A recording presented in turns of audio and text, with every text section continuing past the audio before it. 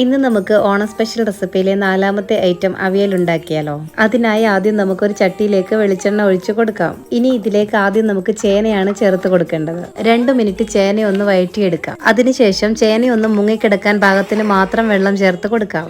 അതിനുശേഷം നമ്മൾ അരിഞ്ഞു വെച്ചിരിക്കുന്ന പച്ചക്കറികൾ ഓരോന്നായി ചേർത്ത് കൊടുക്കാം. തക്കാളിയും വെണ്ടയ്ക്കയും ഞാനിവിടെ സദ്യയ്ക്ക് അവിയലിൽ ചേർക്കാറില്ല. ഇനി പച്ചക്കറികളെല്ലാം ചേർത്തതിന് ശേഷം നമുക്കിതിലേക്ക് കുറച്ച് മുളക് പൊടിയും മഞ്ഞൾപ്പൊടിയും ഉപ്പും ചേർത്ത് അടച്ചു വെച്ച് വേവിക്കാം.